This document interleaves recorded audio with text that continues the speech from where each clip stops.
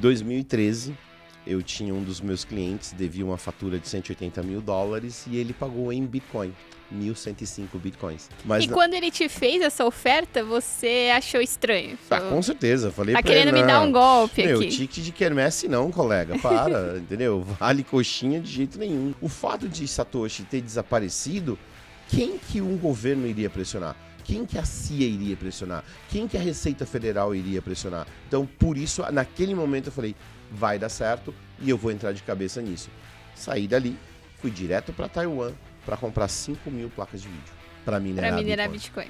Deveria existir privacidade nas transferências de criptomoeda dentro do Brasil. Ou você acha legal ir para o México com uma carteira de Bitcoin e comprar um cafezinho com Bitcoin? Você virou um alvo, você não virou um Bitcoiner.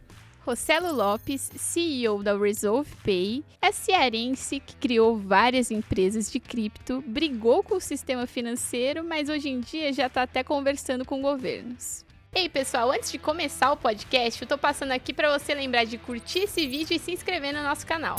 Sejam bem-vindos a mais uma edição do Future of Money, o nosso podcast semanal aqui na Exame, patrocinado pela Sicredi e pela Mint. Eu sou a Mariana Maria, editora do Future of Money, e meu convidado de hoje é super especial, é o Rossello Lopes, e ele é empreendedor do ramo de criptomoedas no Brasil. Mari, super obrigado pelo convite, muito bom estar aqui. E vai ser interessante a gente conversar de tanto empreendedorismo que eu já fiz, ter participado de tantas coisas, desde a parte de mineração até mesmo a criação de smart contracts, e a última aventura agora foi meio de pagamento usando stablecoin. Com certeza, primeira vez que você está aqui e a gente tem história para contar, né? Porque você começou em cripto em 2013, me corrija se Correto. Eu estou errada, né? Você é do Ceará, mas hoje em dia mora em Florianópolis, já empreendeu ali várias empresas em cripto e quando você conheceu o Bitcoin, você trabalhava na África do Sul com telecomunicações. Eu tô dando muito spoiler aqui da história, mas eu quero que você me conte um pouco mais sobre como que foi isso. É isso aí, não sou brasileiro, né, sou cearense. Ceará é um país ali em cima, ali perto do Brasil, né, mas brincadeiras à parte, eu vim para São Paulo bem novo, vim com 5 anos de idade. Eu sou o caçula de 11 filhos. Então a gente veio embora porque não tinha o que comer, a gente passou muita necessidade. Quando cheguei em São Paulo, fui morar ali perto da favela do Autódromo de Interlagos, mas eu sempre fui apaixonado por tecnologia. Então, muito cedo, eu saí do país, fui estudar em Israel, em Tel Aviv. Não falava uma palavra em inglês, muito menos hebraico. Mal falava português, mas fui para lá e aí resolvi fundar. E depois dessa época, lá, mais ou menos 2001, 2002, criei minha empresa de telecomunicações na África do Sul. E por que África do Sul? Porque era o meio do caminho para mim, né? Então, para mim era muito estratégico estar na África do Sul, porque eu tinha que ir para a Ásia, eu tinha que ir para a Europa, eu tinha que vir para a América do Sul, América Latina e tudo mais. Então, para mim, era o centro ali. E eu amei na África do Sul, Cape Town.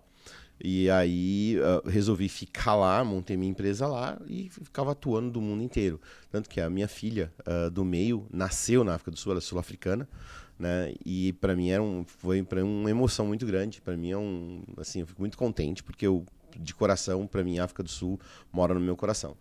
E em 2013 eu tinha um dos meus clientes, devia uma fatura de $180 mil e ele pagou em Bitcoin, 1.105 Bitcoins. Mas quando ele te fez essa oferta, você achou estranho? Com certeza, falei pra pra ele. Tá querendo me dar um golpe aqui. Ticket de quermesse não, colega, para, entendeu? Vale coxinha de jeito nenhum, né? E aí eu fui pesquisar, mas não foi que eu fui pesquisar no mês seguinte, eu esqueci, claramente esqueci. E aí quando foi mais ou menos no final de 2013, eu tava na Ásia. E aí a minha secretária me ligou e falou, viu, sabe aquela moedinha mágica que a gente recebeu de pagamento? Então, tem um lugar que compra. Eu falei, então vamos vender, né? Pô, por que eu vou ficar com esse vale coxinha e ticket de quermesse? Vamos vender. E ela conseguiu uma reunião, um jantar com o pessoal da Mt. Gox. E aí eles não falavam inglês muito bem, francês, e eu também, assim, não conseguia entender. E foi um dos primeiros micos que, assim, eu passei, posso dizer. Porque ele falou que ele pagava $1.100, né, no Bitcoin. Só que eu achei que era 1.100 em todos os 1.105 Bitcoins. Eu falei, você acha que eu sou bobo, né? Você acha que eu sou idiota? O negócio vale 180 mil, você quer me pagar 1.100? Para! Aí ele, não, é por Bitcoin. Aí eu falei, então para tudo, me explica melhor, né? Eu quero saber mais. E aí sim eu fui entender. Aí eu paguei o segundo mico da história, porque eu fui tentar entender e aí tava tendo uma conferência, a primeira conferência na América Latina, que era na BitConf, na Argentina, em Buenos Aires, mas saí de lá direto para Buenos Aires para conversar com Satoshi Nakamoto, porque o código dele era ruim, precisava de melhorias, e cara, tinha essa história de 10 minutos por bloco, isso era balela. Eu cheguei em Buenos Aires com esse pensamento de mostrar para ele como fazer um código melhor. Aí, óbvio que o pessoal falou, cara, ninguém vai falar, o Satoshi Nakamoto não vai falar com você, o código do cara não é ruim, o código do cara é bom, e nunca ele vai falar com alguém, nunca. Nessa época ele já tinha desaparecido. Já tinha sumido do mapa. E aí eu até pensei, mas que cara metido que ele acha que ele é, né? Pô, é uma conferência tão importante para América Latina e o cara não tá aqui para dar satisfação. Quando me contaram que, né, ele já tinha desaparecido, que não ia conversar com ninguém, naquele momento eu falei, vai dar certo. Porque não tem quem ameaçar. Não existe como... A gente sabe quem é o fundador da Ethereum. A gente sabe quem é o fundador da Solana. A gente sabe quem é a pessoa por trás da Tether. A gente sabe... No mercado de criptomoeda hoje, todo mundo sabe quem é todo mundo. Então, querendo ou não, se alguém pressionar o Vitalik, eu acho que ele cede. Qualquer ser humano vai ceder. Eu não estou dizendo que não existe... Não, qualquer ser humano. O fato de Satoshi ter desaparecido...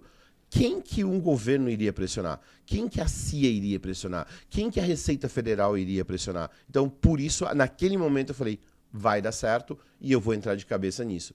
Saí dali, fui direto para Taiwan para comprar 5.000 placas de vídeo. Para minerar Bitcoin. Para minerar Bitcoin. E aí comecei a minha primeira aventura como minerador. Inicialmente, eu fiz um laboratório no sítio do meu sogro. Meu sogro morava em Camanducaia, uma região fria, zona rural, e energia elétrica super barata. Uns meses depois apareceu a polícia lá. O que a gente estava consumindo tanta energia elétrica? Mas não, a gente tinha autorização da companhia elétrica, não estava fazendo nada demais.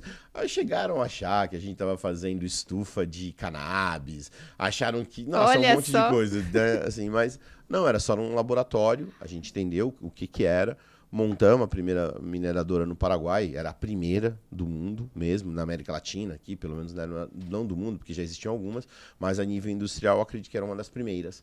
E ali começou a minha aventura como minerador. E aí eu só fiquei com uma dúvida nessa história toda. Quando você procurou lá a Mt. Gox para vender os seus bitcoins, você vendeu? Como é que foi? Não vendi. Assim, na hora eu pensei, por que eu vou vender algo que era $180 e agora tá 1.100? Não, eu quero comprar mais. Comprei mais. Comprei, sei lá, o equivalente a 12 bitcoins, para entender como é que funcionava essa história de compra e vende. Foi a melhor coisa que eu fiz, porque 2 meses depois houve todo o problema da Mt. Gox e eu poderia ter caído numa fria naquele momento, numa gelada. Não vendi, aí perdi os 12 bitcoins. Já era para ter recebido uma parte dos bitcoins que ficou lá, mas sempre tem algo novo e nunca liberam esses bitcoins, mas eu não vendi os bitcoins. Que loucura, né? Porque é um pensamento ali bem diferente do que a maioria das pessoas até que vem aqui no podcast, né? Todo mundo sempre tem uma história de, conheci Bitcoin lá em 2013, 2015, mas não fiquei milionário porque eu vendi antes, né? E aí o seu pensamento foi um pouco mais no lado de empreender. E construir algo em cima disso. E aí agora eu quero que você me conte então, porque a gente já tem várias coisas aqui, várias empresas, né? Como é que foi essa jornada? A jornada, assim, eu sempre tive na minha veia empreender, desde pequeno. Então, quando eu tinha 12 anos de idade, eu engraxava sapato na Praça da Sé, aqui em São Paulo. O que eu fiz? Eu criei um método de engraxar sapato melhor, fiz uma mistura com a pasta de engraxar sapato melhor e comecei a vender essa pasta para os outros meninos que engraxavam sapato. Pegava a meia calça da minha irmã, roubava a meia calça da minha irmã, para falar bem dizendo, porque dava um lustre melhor. Então eu sempre fui desde moleque, desde que eu tenho 11 anos de idade. Então eu sempre fui disso. Quando eu cheguei, que eu falei assim, não, existe algo por trás. Nada que vale $180 vai chegar a $1.100 do nada. Tem que ter algo por trás. Então a primeira coisa que eu falei, deixa eu estudar. Deixa eu entender sobre isso. E aí começou ali a história de criar realmente uma mineradora. Fui comprar a placa de vídeo, montei a mineradora no Paraguai. Por que no Paraguai? Cidade do Leste, a energia é mais barata, importação de produto é mais fácil. Fiz um laboratório. Ah, mas você tinha o dinheiro para fazer o laboratório? Sim, tinha 1.105 bitcoins, colega. Então eu tinha dinheiro para fazer o laboratório. Eu tinha dinheiro para queimar fonte. Eu tinha dinheiro para queimar a placa de vídeo. Né? E foi isso que a gente fez, foi exatamente isso que eu fiz. E aí lá atrás, o meu filho tinha 11 anos de idade e montava máquina. Então, o meu filho tem 21 anos, ele trabalha com criptomoeda há 10. Então, você imagina isso tudo. E aí eu fui empreender. Só que teve uma coisa que foi muito legal. Depois que tinha minerador, e agora? Faz o que com Bitcoin? Tá, eu tenho Bitcoin, mas dá para eu gastar no dia a dia? Não dava para gastar no dia a dia. Aí eu fui para a próxima aventura. Pô, vou fazer a CoinBR. Eu tinha a CoinP, que era lá no Paraguai, que era mineradora.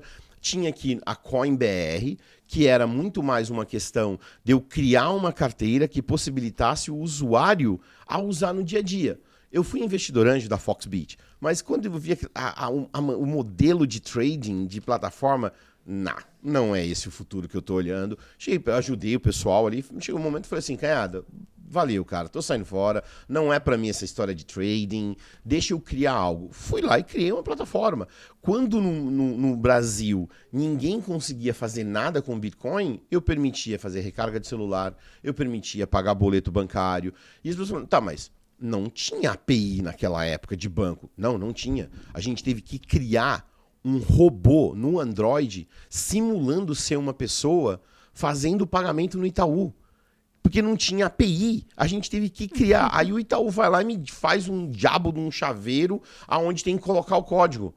Porque agora, como é que automatiza? Colocamos um scanner para ler o código do chaveiro, um negocinho mecânico para apertar, para poder ligar o chaveiro, para a gente poder passar aquilo no OCR, capturar o dígito e colocar no site.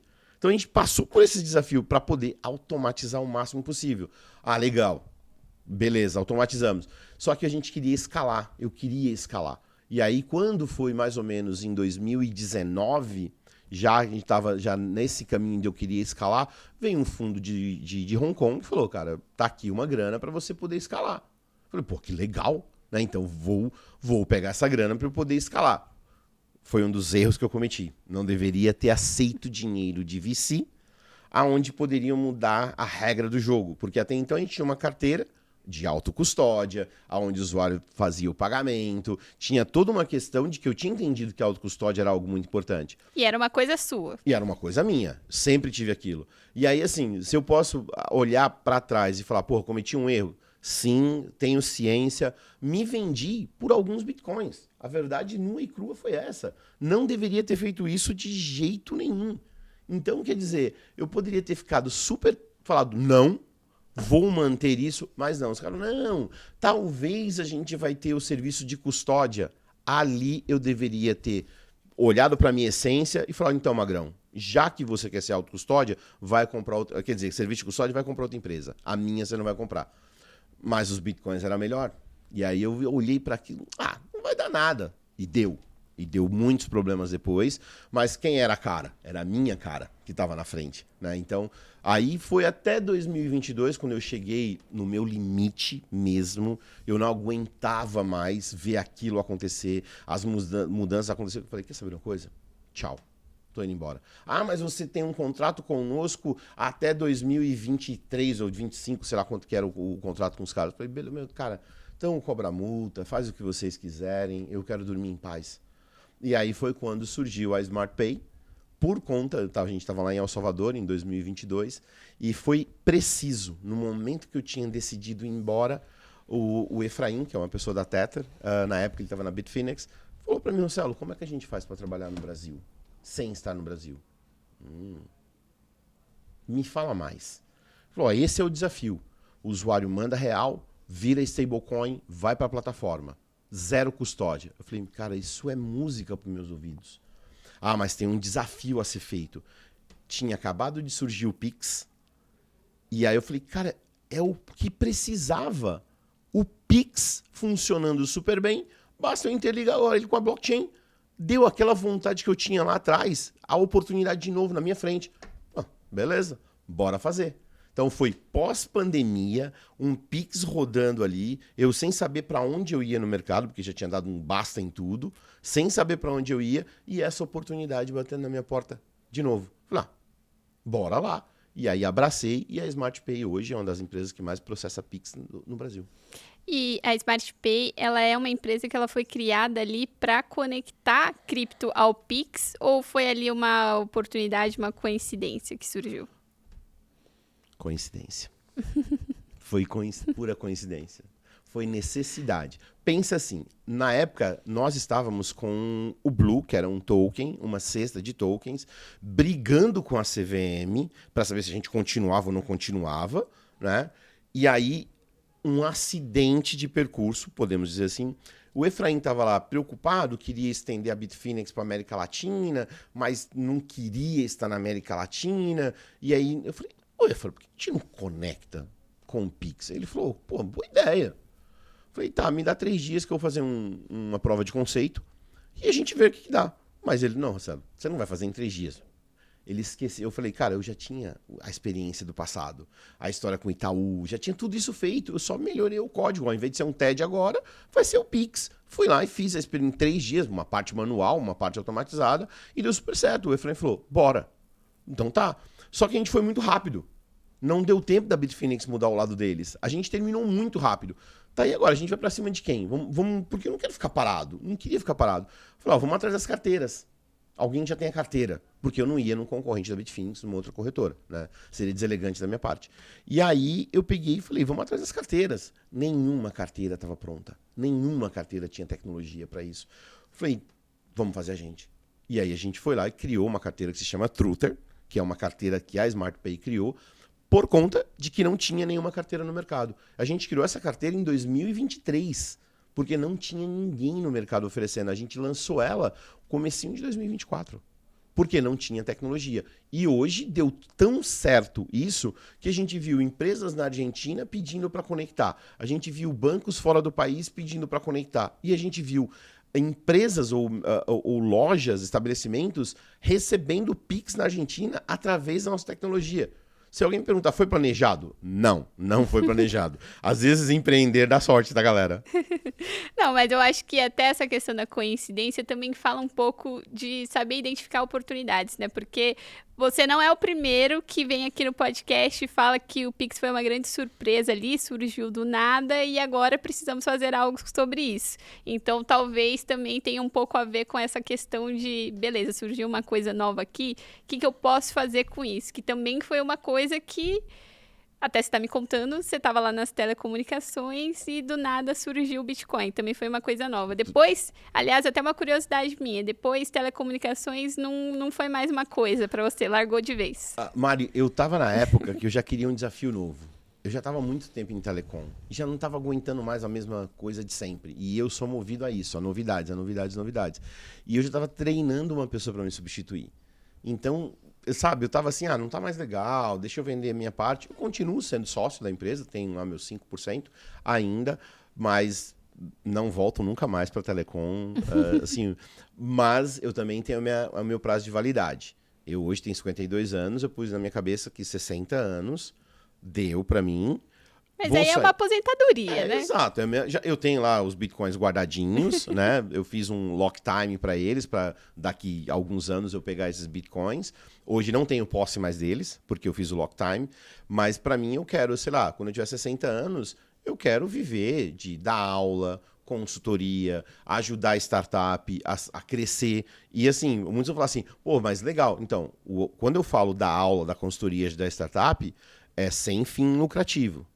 Porque eu acho que quando eu chegar com 60 anos, eu não vou precisar mais. Porque o Bitcoin vai estar valendo $1 milhão, ou muito mais do que isso. Vou fazer com amor à tecnologia. Uhum. Então, a minha intenção é encontrar 3, 4 startups e falar, garotada, vou ajudar vocês. Não vou cobrar absolutamente nada, não quero absolutamente nada em troca e vou ajudar. A mesma coisa da aula, a mesma coisa estar sentado em algum board, mas sem nenhum fim lucrativo, para poder justamente ajudar essa galera a crescer.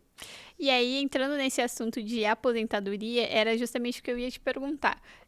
Mas você acredita ali no fundamento do Bitcoin, de criptomoeda, como é que funciona isso para você que já era um cara de tecnologia, se apaixonou ali por essa nova tecnologia, mas a gente está falando aqui de modelos de negócios. E Bitcoin em si, como que você enxerga isso do ponto de vista de tecnologia? Do ponto de vista de tecnologia é fantástico, né? A liberdade total das finanças. É você descentralizar o sistema financeiro, o sistema de registro. A tecnologia por trás do Bitcoin não é só dinheiro, né? Também tem toda a questão de guardar dados ali dentro, de você poder armazenar. E também eu acredito piamente que vai substituir o modelo do ouro.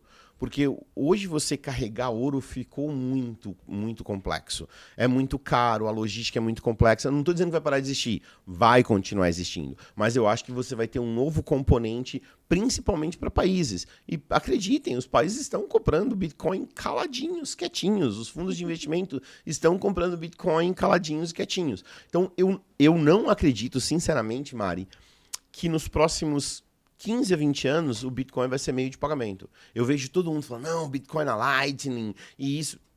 Galera, por que você vai... É só olhar para a câmera. Por que você vai usar o Bitcoin para pagar um cafezinho? Você quer ser o cara da pizza, que pagou 10 mil Bitcoins em 2 pizzas?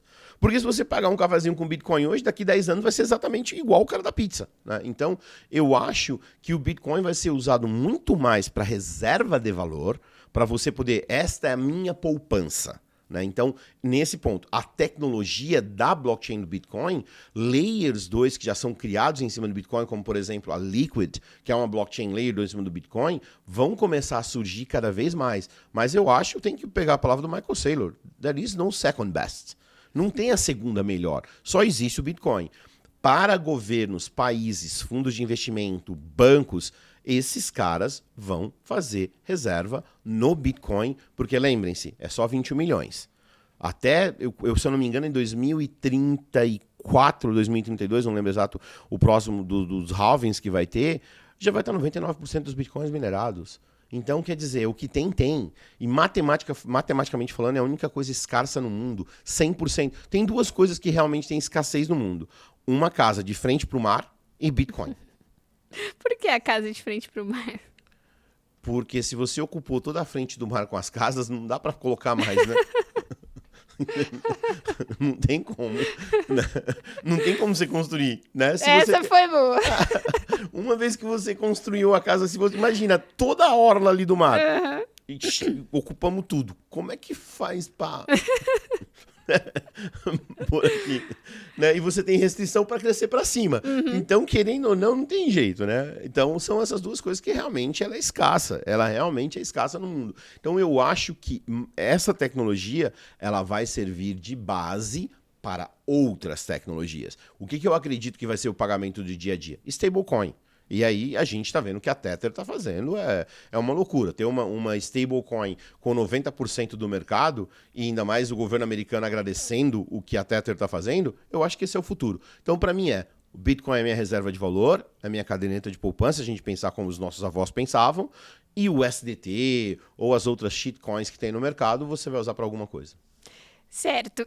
E aí eu quero que você comente um pouco mais, porque justamente era o que eu ia perguntar. Você estava falando muito sobre Bitcoin como reserva de valor, mas a gente está falando até dos seus negócios mesmo, envolvem ali você tá transferindo, né, transacionando cripto. Então, como é que funciona? Como é que você está enxergando ali esse mercado de stablecoins, né? Porque foi uma coisa que esse ano foi o assunto do ano, assim, eu pelo menos estou determinando isso, não sei se você concorda, mas stablecoin foi o assunto do ano. Mas já existe aí há algum tempo e você, mais que ninguém, pode falar sobre isso porque já tem, né, super experiência no setor. Então, como é que você enxerga ali o mercado de stablecoins? E justamente o caso da Tether ali é uma coisa que principalmente é importante você comentar porque ali, né, tá batendo recordes, né? Então, conta mais sobre isso. Primeiro, falar uma coisa, né? A Tether é parceira de negócio, eu conheço eles há um bom tempo, né?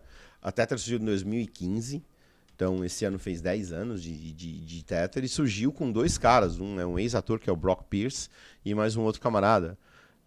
Ele era ator? É um ex-ator. Brock Pierce, podem pesquisar aí na internet. Interessante. E criaram no momento que a Bitfinex estava passando por uma situação difícil, conta sendo encerrada, OKEx também, conta sendo encerrada, e surgiu. Então, naquele momento, o Giancarlo, o Jean-Louis, mais as pessoas envolvidas ali, viram uma oportunidade, abraçaram, compraram um projeto, aí colocaram grana no projeto para poder andar, e tinha 3, 4 corretoras só usando o SDT na época. E resolveram usar, por quê? Porque essas corretoras queriam possibilitar arbitragem, mas não tinha conta bancária, estavam encerrando contas. OKEx perdendo conta, Bitstamp perdendo conta, Bitfinex perdendo conta. Então essa galera da antiga, todo mundo perdendo conta. E como é que você faz arbitragem? Não dá, né? Você não tem essa velocidade. Isso, quando veio o SDT, foi uma excelente possibilidade. Só que um fato bem curioso, até a pandemia, tinha 4 bilhões de USDT. Durante a pandemia, cresceu para 25 bi de USDT. Em meses cresceu. Por quê? Usabilidade. E aí, o stablecoin veio para isso. Em Lugano, ano passado, na minha palestra lá no Plan B, eu falei assim, escrevam, stablecoin em 2025 vai dar o que falar, é o futuro, os bancos vão começar a olhar para stablecoin, precisa resolver algumas coisas, mas vai dar o que falar em 2025. Eu tava com a bola, né, com a bola de cristal, a lupa ali do futuro, né, tava vendo o que estava acontecendo no futuro, e aí foi exatamente o que aconteceu. Então a stablecoin em 2025, todo mundo falou porque viram que é o quê? A possibilidade mais rápida de eu poder fazer transferência de dinheiro. Então eu compro esse stablecoin aqui, mando para lá a um custo super baixo. Em blockchains como Polygon, como Plasma, como Liquid, são blockchains extremamente baratas e rápidas de transacionar. Aí a gente viu mais uma blockchain que tem um poder gigantesco, que é a Tom, que é do Telegram. Então você imagina o SDT rodando em cima de uma rede que tem 1 bilhão de usuários. É óbvio que vai dar o que falar. E aí a gente está olhando agora instituições financeiras conversando sobre stablecoin. Aí a cereja do bolo foi Jennings Act. O governo dos Estados Unidos vai lá e diz, stablecoin é legal, a gente está gostando. É óbvio que ele está gostando, ele está exportando título da dívida externa através de um token. É óbvio que ele vai estar gostando. Então eu acho que as stablecoins foi muito legal. O que a gente criou? O que a gente fez? A gente criou uma carteira que lá, quando eu vejo o camarada pagando alguma coisa com Bitcoin, me dá até um negócio no coração.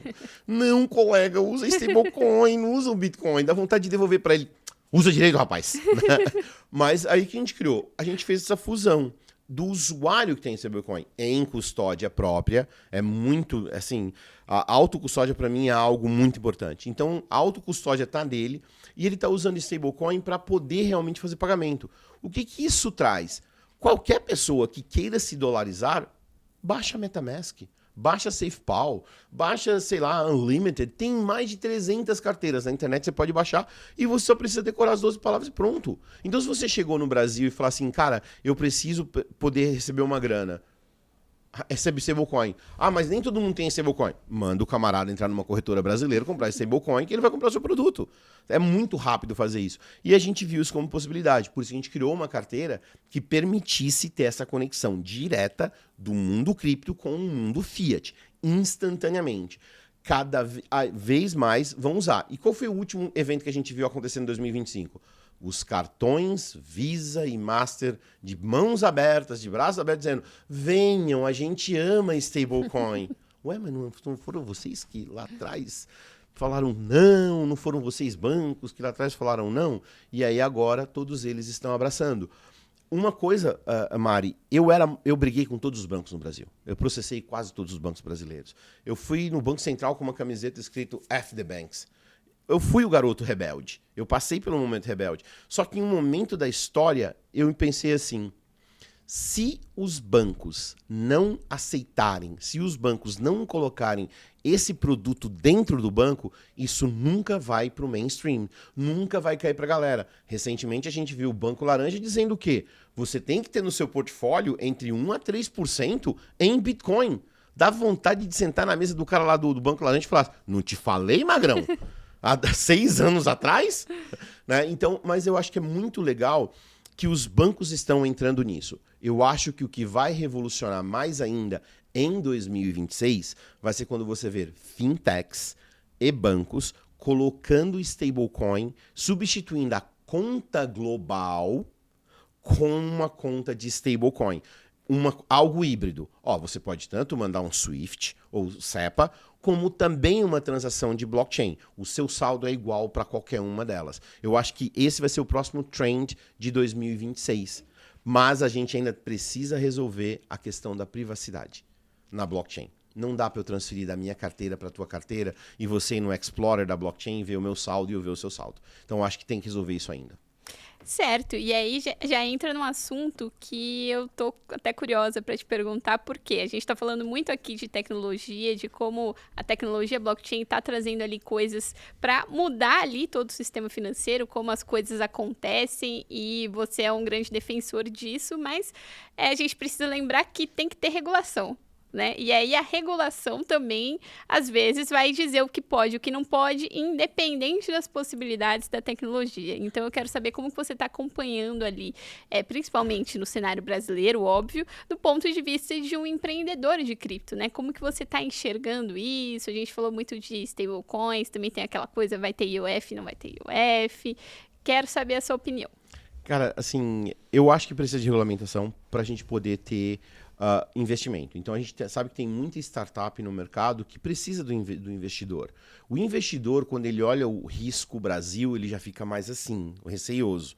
Se a gente não tem regras, piorou. Aí o cara não vem mesmo. Tá, então regras é importante ter para a gente fazer o mercado crescer. Então, ok, os países que vêm colocando regras, a gente está vendo o quanto ele está crescendo. O melhor modelo, Suíça, El Salvador, Hong Kong, são uma potência em blockchain hoje em dia, por conta de uma regulamentação bem feita. Tá, então, regulamentação, eu fui contra num determinado momento, entendi que se não tivesse, o banco não ia poder colocar a criptomoeda lá dentro. A fintech não ia poder colocar a criptomoeda lá dentro. Então, a gente precisa disso para poder cair no mainstream, para poder com que a minha avó possa entender que está segura. Então, tudo isso eu acho que era necessário. Aonde que eu acho que no Brasil houve um erro? A mão pesou demais. Tentaram... A gente teve o problema dos hacks aqui do Pix. A gente foi uma das empresas que pegou um hack acontecendo no momento. Eu acho que talvez, graças a isso, abriu os olhos das fintechs e abriu os olhos do Banco Central. E eu acho que, por conta de tudo isso, pesou. Porque quando acontecer um hack no sistema financeiro, qual é a saída mais rápida? Criptomoeda? Mas por quê? Porque todo mundo está usando? Não, é porque é eficiente. O camarada que está cometendo o crime, ele vai tentar desovar isso o mais rápido possível. E qual é a moeda mais eficiente do mundo hoje em termos de transferência mundial? Bitcoin. Não é nem stablecoin, é o Bitcoin. Tanto é que no segundo hack que a gente pegou, a gente viu que no primeiro, como a gente travou grande parte dos recursos em USDT, o camarada já entendeu, opa, não posso demorar. Então, o que ele fez? Ele saiu um USDT, já trocou para Bitcoin. Por quê? Porque aí a Tether não podia travar essa transação. No Bitcoin não tem como travar. Nem se ligar para Satoshi Nakamoto. Inclusive, para que se alguém conseguir ligar para Satoshi Nakamoto, manda um oi lá para mim. Tá? Então, entenderam que esse é o meio mais rápido que existe. E isso fez com que o Banco Central pesasse a mão. Então, o que eu acho que o Banco Central deveria fazer... fica a dica aí, Galípolo, caso você escute... escuta o que a Regina da Bcrypto está propondo. Porque ela propôs um sandbox até mesmo para o cara que é P2P. O cara que é OTC, esse cara não vai ter a grana que precisa para poder pagar a licença. As grandes empresas, ok, tudo bem. Para Foxbit, tudo bem. Se a Bitfinex vem operar no Brasil, tudo bem. O mercado Bitcoin, tudo bem. Esses caras têm dinheiro. E os dois guris que saíram da universidade, que não tem a grana para poder bancar, para poder fazer isso, como é que você vai fazer com que incentivar o pessoal a continuar criando soluções, sendo que você está criando barreiras para ele? Ou você acha que dois guris vão conseguir ter um compliance officer? Vai ter um histórico de investimento, um histórico de... vai ter 10 milhões de reais como patrimônio? Não vai ter.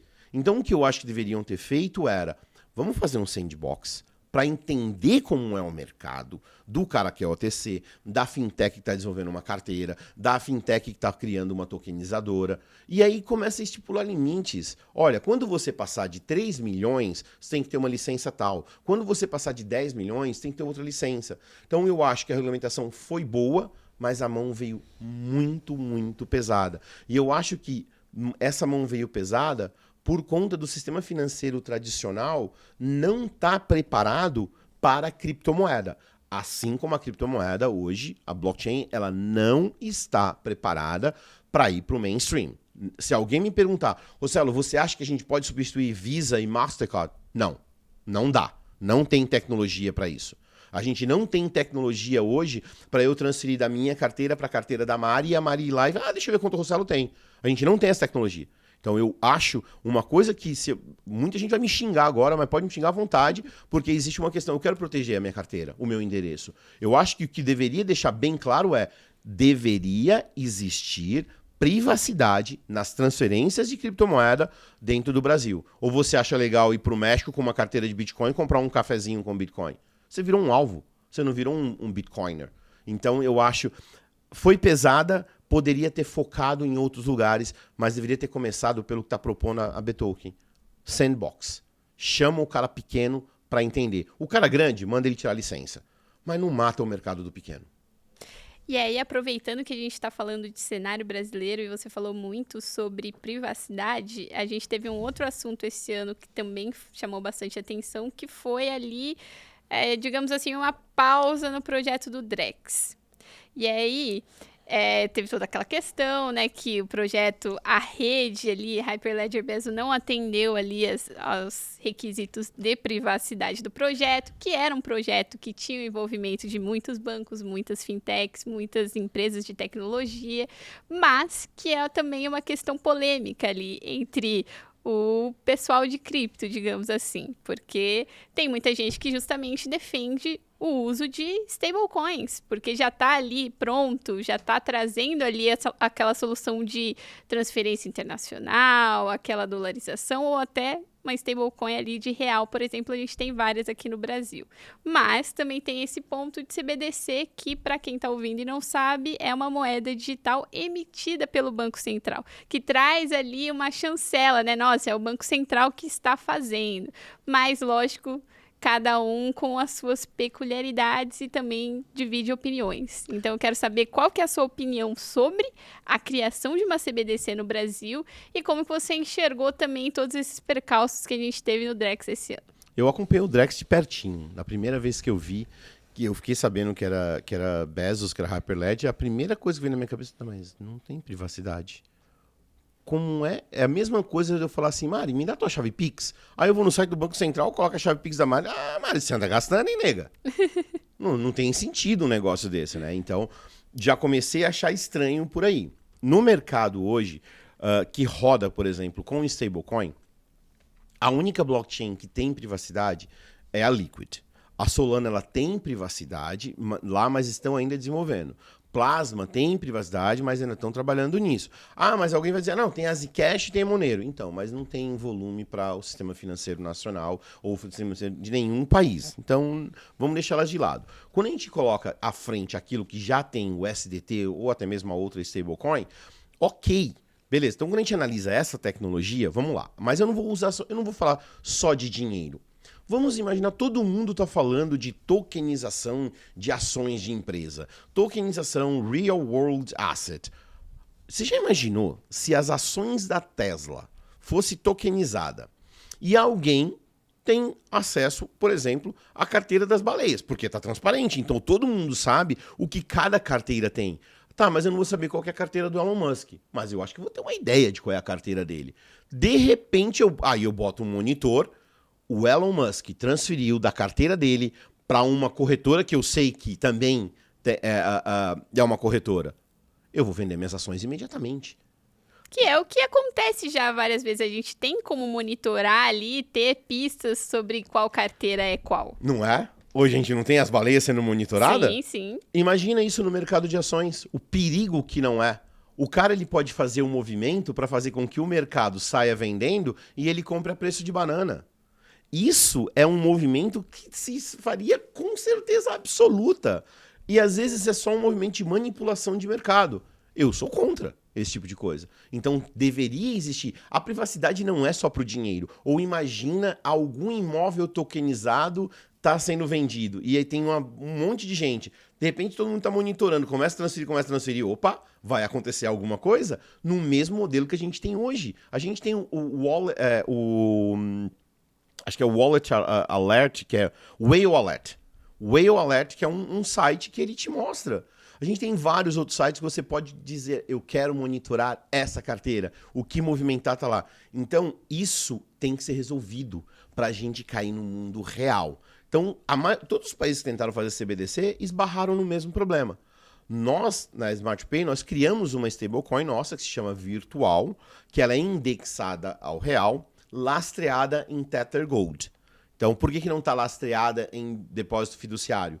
Porque a gente poderia sofrer um bloqueio na nossa conta bancária por qualquer motivo que seja. Eu não estou dizendo que a gente vai sofrer, mas poderia sofrer. Então, se eu sofrer esse bloqueio, eu não posso estar com o recurso travado. Por isso que a gente lastreou ela em ouro. Então, ela é indexada no real, mas é lastreada em ouro. E ela está rodando na Liquid. Então, se eu transferir virtual da minha carteira para a Mari não consegue ver meu saldo, eu não consigo ver o saldo da Mari. Então, a gente já criou um modelo onde possa ser feito isso. Então, tecnicamente, já temos solução. Só precisa o governo ir lá e fazer. A gente está com uma proposta, não posso falar qual é o governo, infelizmente, mas a gente está com uma proposta para um governo de um país onde a gente quer fazer esse modelo de uma stablecoin do governo numa blockchain pública, usando privacidade. Então, a gente já está ali conversando com esse governo para saber como a gente vai fazer.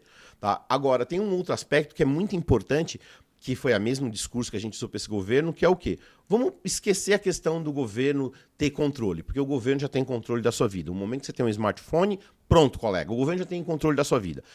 Você pode falar o que você quiser, porque ele tem o controle. Tá, então esquecemos essa parte de controle. Vamos tentar entender, sonhar com um governo não perfeito, mas um governo bom, né? Que vai investir o dinheiro de forma correta. Então, automaticamente que eu paguei o cafezinho, instantaneamente o governo já pega os impostos dele daquele café e já consegue fazer a distribuição instantânea via smart contract. O dinheiro atual que a gente tem não é programável. O dinheiro que roda na blockchain é programável. Então, quando a Mari for pagar, eu vou comprar aqui uma televisão. Tá, ela comprou a televisão, digamos que X% tem que ir para o retiro dos artistas. 0,01%. Porque televisão tem a ver com artista, não sei o que, não sei o que. Então, já está programado. Eu estou comprando material esportivo. Então, X% tem que ir para o Comitê Olímpico Brasileiro. Já está programável para fazer isso. Então, tantos por cento é do Haddad, tantos por cento é desse, tantos por cento é daquele, tantos por cento daquele. Então, até para o próprio governo, seria muito negócio você ter um dinheiro programável na blockchain. O que eu sou talvez um pouquinho contra é ser do governo, o emissor ser o governo.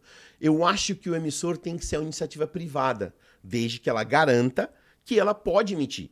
Então, ouro, pede, sei lá, Bitcoin para poder emitir aquela quantidade, mas a iniciativa privada poder emitir. E o regulador fica na condição de ter certeza que se aquela empresa quebrar, tem para garantir aquilo. No mercado, no mundo de hoje, é 100% possível. E por que eu acho que é a empresa? Telecomunicações, quando era do governo, muito ruim. Quando foi privatizada, muito boa. As estradas brasileiras, quando era do governo, muito ruim. Quando foi privatizada, muito boa. Saúde, privada ou governo? A privada é muito melhor. Universidade eu tenho minhas dúvidas, mas eu acho que algumas privadas são melhores do que do governo. Então você entendeu que, dependendo do país, tudo que é privado é melhor que o do governo? Por que a gente também não experimenta o dinheiro privado para ver se não vai ser melhor que o do governo? Olha, é uma proposta ousada, hein? É uma proposta bem ousada, mas aqui você falou que estava em conversa com um governo ali, suposto, que a gente não sabe quem é, mas eu quero falar de um governo que a gente sabe quem é. Bora. É El Salvador. Bora.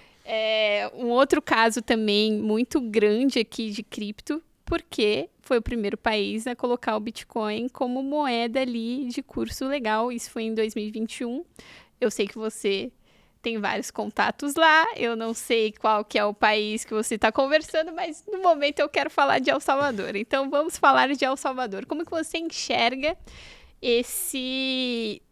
todo esse movimento? Porque foi um movimento assim até relativamente bem agressivo, pelo menos para nós assim do mundo normal, não super cripto, foi uma coisa muito grande. Um país colocar o Bitcoin lá dessa forma. E depois disso, foram feitas aí várias iniciativas também com o Bitcoin, né? O presidente lá, ele é de fato muito engajado. Então, sei que você também já foi lá várias vezes, já teve essa experiência, né? Como é que tem sido lá esse movimento? Até porque você disse, por exemplo, que não acredita no Bitcoin como meio de pagamento. Então, como é que funcionaria ali um país que adotou o Bitcoin como moeda de curso legal, mas que talvez não seja a moeda que tem ali o melhor caso de uso para pagamento? Exato. Mari, quando em 2021 que o Bukele anunciou, tanto que tem um documentário da HBO que eles mostram, eu apareço no documentário porque eu estava na primeira fileira, assim, né? E antes ali nos bastidores, é impressionante, ele não deixou escapar em momento nenhum. A gente achou que ele ia só falar de Bitcoin City ou de um fundo lastreado em Bitcoin. A gente jamais imaginou, né, o que ele fosse fazer, aquela loucura toda. E o que ele fez foi espetacular, espetacular. Aonde eu acho que teve um erro em El Salvador? Colocar como curso legal da moeda quando a população não estava pronta. Então, eles tiveram que fazer uma carteira de cripto às pressas, que é a Chivo Wallet, que até hoje ainda não é boa. Em breve vai ter uma boa rodando lá. Fica o spoiler aí, galera. Né? Então, eu acho que a população não estava pronta. Então, e as pessoas, quem aceitava Bitcoin, automaticamente já vendia. Porque é muito volátil. Não dá para você vender um carro em Bitcoin 2 dias depois o carro está 20%. Né? Quem vendeu o carro sabia que desvalorizou 20% aquele Bitcoin. Então isso é um problema. Então eu acho que El Salvador, a parte boa foi, olha, é um curso legal. Então receber Bitcoin agora é ok, tá tudo bem. Mas precisava ter a infraestrutura. Não tem, eu acho que erraram nisso. Eu acho que a partir de 2026 esse erro vai ser corrigido. Que é o quê? Temos agora a lei cripto, não é mais a lei Bitcoin, e sim a lei cripto, onde moedas aprovadas pelo governo também podem ser de curso... Outras criptomoedas. Outras criptomoedas aprovadas pelo governo. Se eu não me engano, só tem 2 moedas aprovadas pelo governo. O SDT e Bitcoin. Coincidências, né? Então a gente vê, a Tether está lá por isso, por conta dessa liberdade que acontece. Então eu acho que a correção vai ser, agora vamos ter uma carteira com o SDT, com uma stablecoin amplamente usada no mundo inteiro, onde o próximo passo é o quê? Os bancos lá em El Salvador colocar o SDT também como uma entrada de dinheiro e uma possibilidade de saída de dinheiro. Passando por todos os crivos que tem que fazer de KYC, AML e tudo mais. A grande vantagem é que com KYC e AML, usando blockchain, a gente pode registrar tudo na blockchain. Não é como o sistema financeiro atual, onde não tem tanto rastro assim. Da blockchain a gente tem o rastro do bloco 0, se for necessário. Então eu acho que agora é El Salvador que está na ponta realmente do negócio. A gente vai ver muita mudança em 2026, justamente na parte bancária, para ter o SDT dentro das plataformas. Mas, como eu disse, para isso acontecer, ainda precisa a blockchain conseguir dar isso. A gente tem várias coisas da própria Tether rodando lá em El Salvador, aonde vai conseguir ajudar muito o país. Então eu acho que não vou falar em 2026, mas eu acredito que 2027 ou 2028 você vai com a sua carteira de USDT com a Truta para El Salvador. Na verdade não vai ser Truta, vai ser... A gente acabou de ser vendido, né, Mari? Então já tem que falar o nome da nova, né? Que é a Resolve Pay. Você vai estar com a sua Resolve Pay ou com a sua MetaMask ou com a sua SafePal e você vai em qualquer estabelecimento, vai pagar direto no POS, pagar diretamente usando o SDT. Então é esse o caminho que eu acho. Mas para mim El Salvador é um dos países mais avançados quando a gente fala de blockchain, stablecoin e Bitcoin. E aí, pelo que você falou, o problema ali do pagamento e da adoção da população para cripto vai ser resolvido ali com o stablecoin. Sem dúvida. Mas aí, como é que fica o Bitcoin nesse caso? Porque tiveram outras iniciativas, teve até mineração de Bitcoin com energia de vulcão, coisas mais diferentes possíveis, né? Quem acompanha ali a Exame também viu que a gente deu matérias de todas essas coisas e existe um grande incentivo ali do governo para o Bitcoin. Mas como é que vai funcionar isso? O Bitcoin vai virar reserva de valor. Assim como o próprio Bukele. O que ele faz? Ele compra um Bitcoin por dia e guarda. Ele compra pelo menos um Bitcoin todos os dias e está guardando. Então, vamos copiar o modelo do Bukele. Ele tá fazendo copia. Tá bom, eu não consigo, Kelly, não consigo comprar um Bitcoin por dia. Mas eu consigo comprar 0,001 por dia. Eu vou comprar 0,001 por dia e vou guardar. Eu acho que o Bitcoin em El Salvador, principalmente, vai ser colocado como reserva de valor. De novo, a gente volta para aquele lá atrás. Qual que é a minha poupança? Bitcoin. Qual que eu uso no dia a dia? A stablecoin. Porque eu não tenho volatilidade na stablecoin. E eu sei que a empresa que está emitindo, que é a Tether, que hoje detém 90% do mercado mundial, está baseada em El Salvador, tem os recursos em ouro e Bitcoin para garantir aquela moeda. Então, assim, me dá muito mais estabilidade do que um banqueiro que está fazendo trade com o meu dinheiro, correndo riscos. A grande diferença, muita gente fala assim, mas qual é a diferença, Rossello, de uma empresa que está guardando dinheiro para você em um banco? Vamos lá. Tether, que emite a stablecoin. O que eles fazem? Emitem, compram um título do governo americano ou compram ouro, guarda. Ele não está fazendo trade, não está entrando em operações de risco com o meu dinheiro. Qual é a chance dele quebrar ou um banco, como aconteceu com o Lehman Brothers, quebrar? É muito maior um banco quebrar do que uma empresa que ela faz esse tipo de custódia. E se para a Tether quebrar, o governo americano tem que quebrar. A chance do governo americano quebrar, meu amigo, é praticamente zero. Com a quantidade de tanques, de porta-aviões, de aviões de guerra que eles têm, eles não quebram. Eles invadem alguém e está resolvido o problema. Então eu acho que a diferença muito grande é essa. Agora eu tenho uma stablecoin que é garantido por uma empresa que permite eu usar essa criptomoeda em mais de 180 países no mundo. E se eu estiver no Brasil, eu consigo num caixa eletrônico sacar dinheiro se eu precisar, ou eu consigo pagar um Pix se eu precisar. Então eu acho que essa questão da stablecoin vai ajudar muitos países. Bolívia, a mesma coisa. Equador, a mesma coisa. A África, a mesma coisa. E esses países têm algo que realmente eles precisam. Eles precisam de uma moeda forte, porque a moeda local deles não é. E a maioria já só fala em dólar, Então eu acho que a tendência global para ser teterizada é grande. Certo. E aí agora, só para finalizar também esse assunto de El Salvador, acho que um outro ponto também é que a comunidade cripto tem ali um apelo muito grande pelo Bitcoin. E aí quando a gente fala de iniciativas em El Salvador como a praia do Bitcoin, a cidade do Bitcoin, até a mineração lá com a energia do vulcão. Eu estava até lembrando que eu fui para o México esse ano e a gente passou de avião em cima de El Salvador. E aí eu estava olhando ali, nossa, um vulcão, aí outro vulcão, e eu contei uns 10 vulcões. E aí eu fui pesquisar e não são 10 vulcões que tem em El Salvador, tem mais de 100 ali.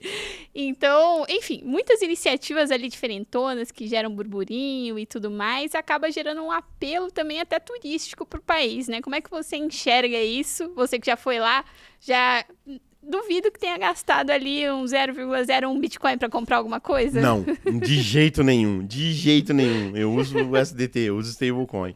Mas é legal, assim, o país e El Salvador, ele é rico muito nessas questões naturais de poder minerar com energia extremamente barata, né, com termoenergia. Tem uma reserva de ouro gigantesca no país, entre outras coisas mais que tem no país como reserva.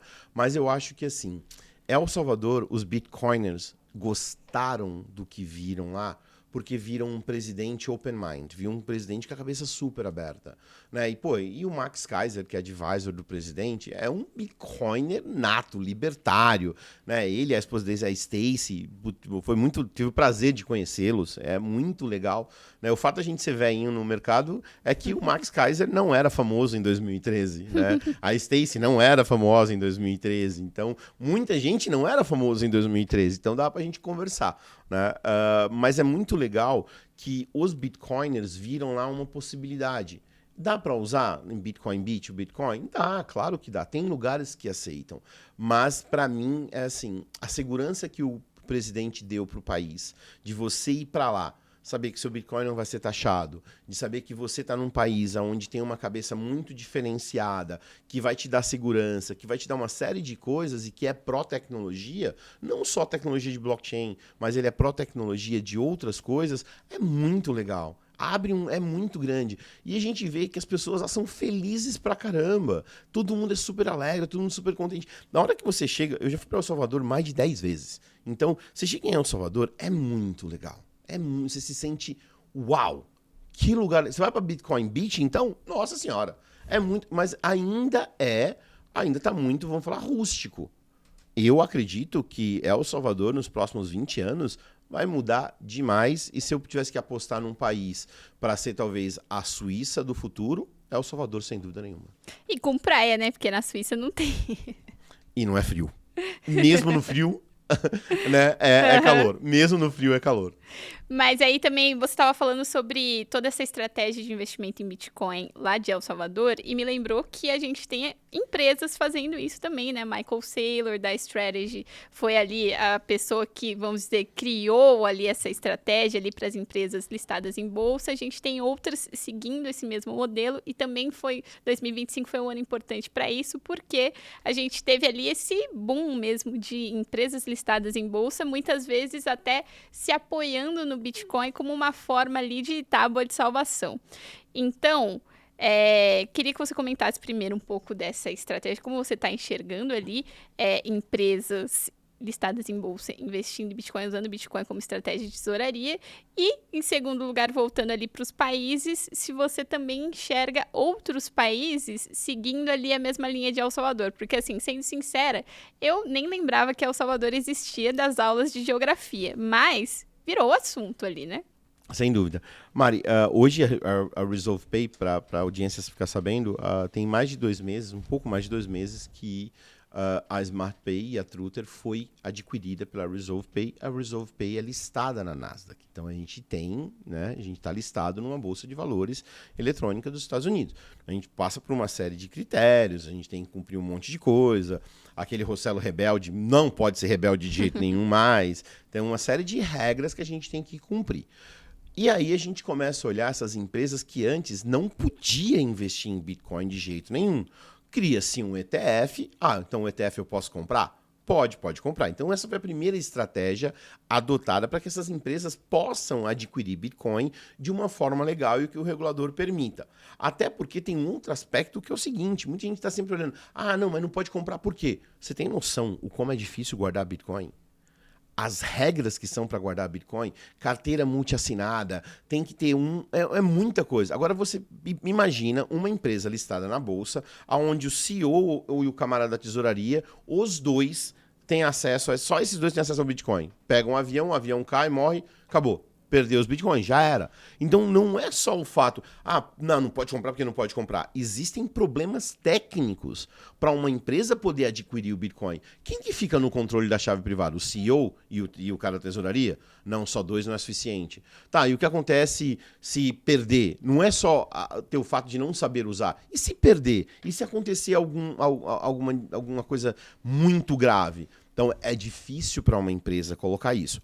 Porém, parte do lucro da empresa, se ela agora pode alocar parte desse lucro num ativo que só vem crescendo, a empresa que não está fazendo está perdendo tempo.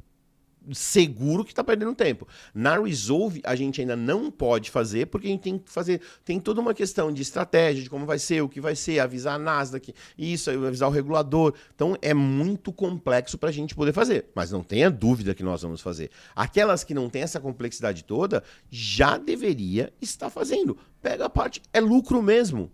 Ou você pode dizer para os seus acionistas, para os seus sócios, olha, quero a aprovação de vocês para 50% do lucro, a gente paga dividendos, os outros 50% a gente fazer reserva em Bitcoin. E vamos continuar comprando. Não precisa ser o Bitcoin. Compra o ETF do Michael Saylor. Compra agora, tem aqui no Brasil, a gente tem a Orange BTC, compra aqui. Então, eu acho que vale sim a pena já começar a fazer isso. Se você me perguntar qual deveria ser o melhor modelo, comprar e ser o custodiante. Mas eu sei que é difícil ser o custodiante. É uma empresa pequena, que só tem um dono, não tem ações, não tem nada disso. Meu amigo, comece a fazer reserva. Imediatamente. Pega 50% do seu lucro e vai fazendo reserva de valor, ou 25% do seu lucro fazendo reserva de valor. Então eu acho que resolveram, é uma forma. Acontece muita coisa que empresas... A gente viu exemplos de empresas que deixaram o negócio normal e passaram a comprar só o ETF. Porque estava dando muito mais lucro. Né? Então também tem que tomar esses cuidados. E aí o regulador é que tem que dizer o que pode e o que não pode ser feito. Mas eu acho muito bom agora as empresas poderem comprar. Eu estou esperando os fundos de pensão serem autorizados a comprar criptomoeda e deixar dentro do patrimônio deles. Aí o Bitcoin chegou a $1 milhão, sem dúvida nenhuma. E aí, países. Países. Eu acho que tem uma coisa muito legal, que é uma proposta que eu fiz para um país, de novo, né? Temos NDA, não podemos falar, que durante a transação, quando ela for feita, se ela for feita em Bitcoin, já tirar um pedacinho para a reserva do país, ao invés, olha, tem aqui tal país, sei lá, tem de VAT 15%, o imposto único deles. Então, no momento que o usuário pagou, se ele pagou em stablecoin, tira os 15% e já manda para a reserva nacional. Ele pagou em Bitcoin, tira os 15% equivalentes e já manda para a reserva nacional. Não vai fazer diferença para a reserva nacional, porque a grande maioria, mais de 99%, está pagando no método normal. Então, se esses países começarem a abrir essas possibilidades, é uma forma de esses países amanhã ter uma custódia gigantesca, mas ele veio fazendo a custódia de pouquinho em pouquinho. Não dá para fazer reserva de ouro cobrando de pouquinho em pouquinho. Não dá para fazer reserva de euro comprando de pouquinho em pouquinho. Mas dá para você fazer a reserva desde que você esteja cobrando no momento da transação. E aquilo que eu expliquei lá no começo. Não dá para fazer com euro porque não é programável. Não dá para fazer em dólar porque não é programável. A gente está escutando split payment só agora. Quando no smart contract você faz brincando. Então eu acho que os países que começarem a olhar para isso, mas a melhor maneira é bota no sistema de pagamento nacional. Coloque no seu sistema de pagamento nacional, permita os bancos do seu país a receber em USDT. Aí lá no POS, na maquininha, vai estar lá, eu quero pagar, você é gringo, você pode pagar em USDT. Pagou em USDT instantaneamente, já manda o percentual para o Tesouro Nacional, para ele armazenar. E aí você até pode dar para a loja e falar assim, viu, já que você está pagando em USDT, ao invés de você pagar tanto, eu vou te dar X% de desconto se você pagar em USDT. O país passa a fazer reserva de dólar assim, sem a necessidade de importar dólar. A audiência talvez nunca tenha pensado. Mas vocês sabem, por exemplo, países como o Panamá, é dólar. Tem vários países do mundo que circula dólar no país. Como que você acha? El Salvador é um deles. Como que você acha que chega dólar no país? Container. Um container de nota de $1 lá dentro. Meu Deus. O perigo disso. Né? Olha o perigo. Tá. E qual que é a parte cara? Devolver esse $1. Porque quando ele rasga, fica velho, a nota de $1 no mercado, isso que me falou foi uma pessoa do Banco Nacional do Panamá, ele disse o seguinte, a nota ela dura 3 anos no mercado. Então imagina ter que juntar esse monte de nota de $1 rasgada, rasurada, queimada, furada e mandar de volta para os Estados Unidos. Mas ela não volta para os Estados Unidos valendo $1. Ela volta para os Estados Unidos valendo 95 centavos de dólar. Isso custou para os cofres públicos para pagar. Então, isso é algo que as pessoas não olham. Então, quando a gente começa a olhar agora, o país passa a falar o seguinte, vou aceitar stablecoin. E agora eu começo a fazer reserva de valor dessa stablecoin. E se o país quiser conectar numa DeFi, onde ele já instantaneamente pega aquela stablecoin, converte para Bitcoin e traz para a reserva de valor dele, é muito fácil. Então, no mundo atual dá para fazer. Eu acho que a gente vai ver países como El Salvador, Bolívia vai para essa linha, Equador vai para essa linha, mas quando um país grande anunciar, a partir de agora, estamos fazendo reserva oficialmente, vai ser todos os países do mundo fazendo a mesma coisa.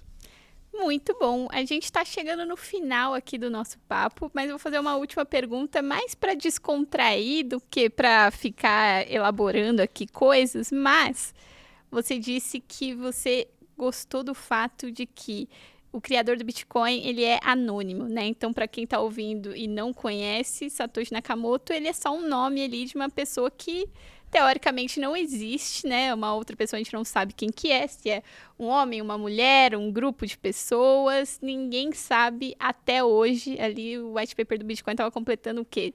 16 anos. 16 anos. E aí, você gostou desse ponto, mas nesses 16 anos já teve bastante gente ali tentando. Teve até um documentário da HBO tentando ali descobrir quem é Satoshi Nakamoto. Primeiro, você acha que é possível que a gente um dia descubra quem é essa pessoa, esse homem, essa mulher ou esse grupo de pessoas? E se um dia isso acontecer, existe algum risco para o Bitcoin como blockchain, como criptomoeda? Eu vou responder essa pergunta com uma outra pergunta. Mari, onde você estava em 2008? Provavelmente na escola. Então eu vou para uma outra teoria. Não é você, Satoshi Nakamoto. Para mim, Satoshi Nakamoto, Hal Finney, é Hal Finney sem sombras de dúvida.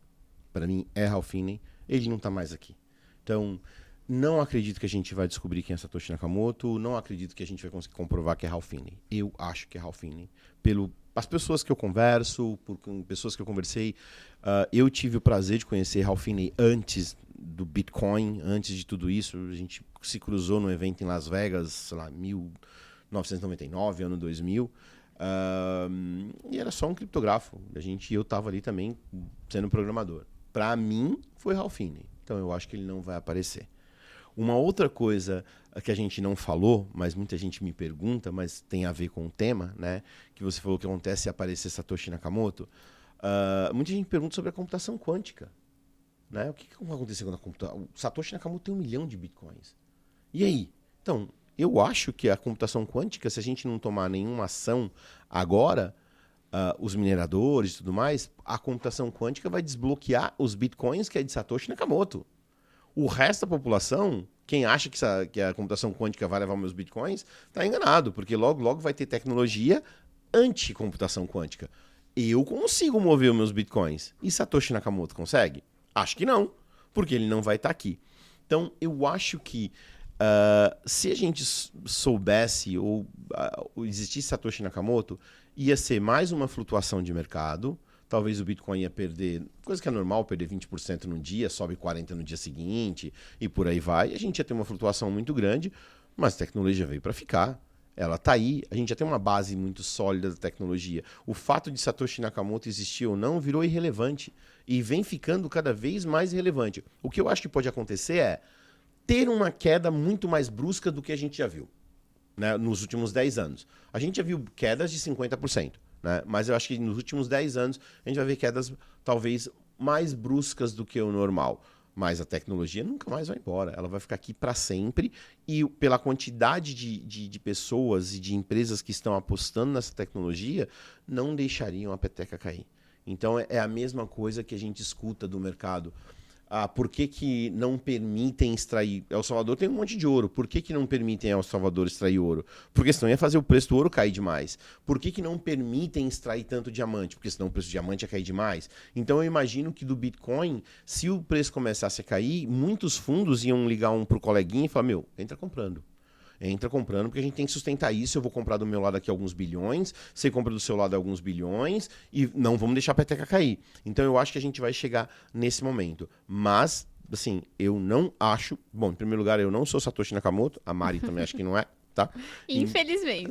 Então, mas eu acho que a gente não vai saber quem era, e acho que o fato de um dia, se a gente, por um acaso, se alguém mexer na wallet de Satoshi Nakamoto, wallet de Satoshi Nakamoto, eu acho que não vai influenciar absolutamente nada no mercado.